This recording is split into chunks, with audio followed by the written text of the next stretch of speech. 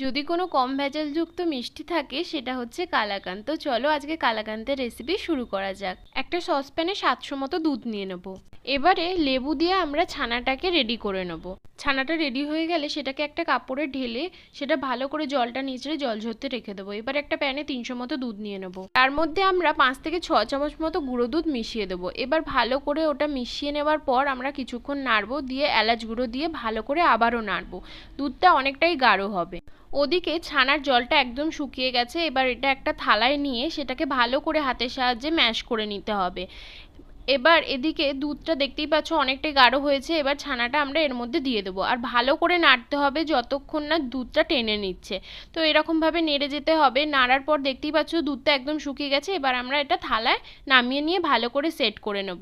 দিয়ে ঠান্ডা হলে ওপর দিয়ে পেস্তা ছড়িয়ে আমরা এটা পিস পিস করে কেটে নেবো। ব্যাস, আমাদের কালাকাঁদ একদম রেডি। আজকের ভিডিওটি ভালো লাগলে লাইক কমেন্ট